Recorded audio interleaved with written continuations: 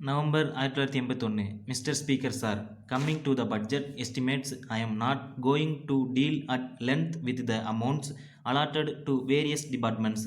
I shall deal only with the major policy of the government which should be adopted in future for the welfare of the state. In the sphere of education, which could be put down under three categories, namely college education, school education, and primary education, there is shortage of teachers even as we have with regard to food and cloth. It is the case so far as secondary grade trained teachers are concerned.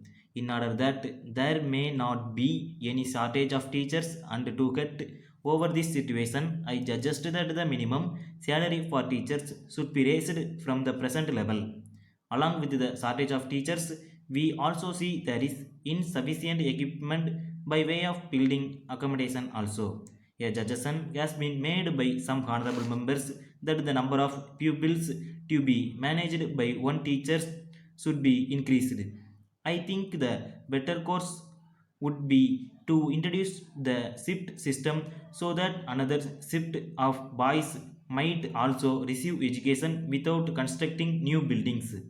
In a school building which can normally accommodate 1000 students, we can cave 2000 students without constructing new buildings.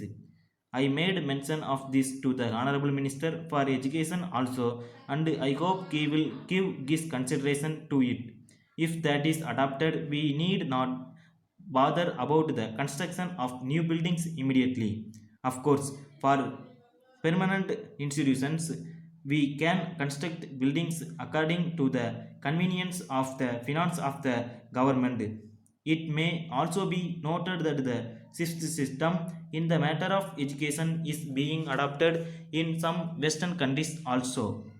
I wish to say a word about land revenue and agriculture.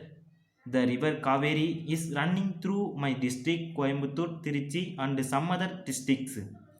There you have forest lands. Several departmental officers have recommended that these lands may be converted into wetlands. It is capable of producing fine paddy every season. There will be no need for the grant of any subsidy. If you only dig 4 or 5 feet, you are able to get fine water very easily. I strongly recommended to government that this may be considered immediately so that more than 10,000 acres may be brought under cultivation as wetlands. I am sorry to say that the health of the people does not receive as much attention as it ought to. Sir, at present, we find that the medical department seems to be an agent for distribution of foreign medicines. They recommend foreign medicines to everybody without taking into consideration their capacity to buy. I do not blame them for it. I do not mean to suggest that the western system of medicine is bad. We can have that system for certain special branches of treatment. For general medical treatment, people can adopt our own Indian systems, which will be more useful and economical than foreign medicines and will be suited to conditions in our state. So far as food is concerned, whatever inducement you may offer by way of bonus to speed up procurement, it does not solve the question of food.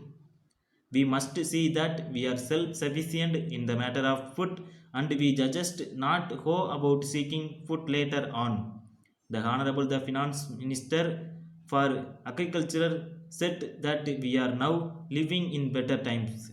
I think it is only in better times that we should concentrate our attention on the achievement of quick results. Letter dated 28th May 1981 from the General Secretary, All India Electrical Goods Dealers Association, Madras, to the Honorable Minister for Commerce, Government of India, New Delhi. Sir, we would like to bring the following to the kind attention of the Government of India for sympathetic consideration and favorable action. It is a matter for regret that the government of India has not so far decided to lift the ban on import of high power electric motors by the members of the association during the current year. In spite of several representations made by the association, we feel sorry to inform you that no favorable orders have so far been issued in the matter. It may be pointed out in this connection that local production of this machinery is found to be quite inadequate from time to time.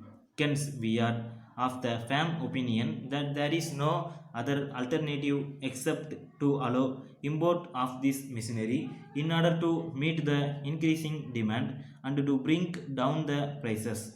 It is an established fact that industrialization alone can help to raise the standard of living of the people of a country.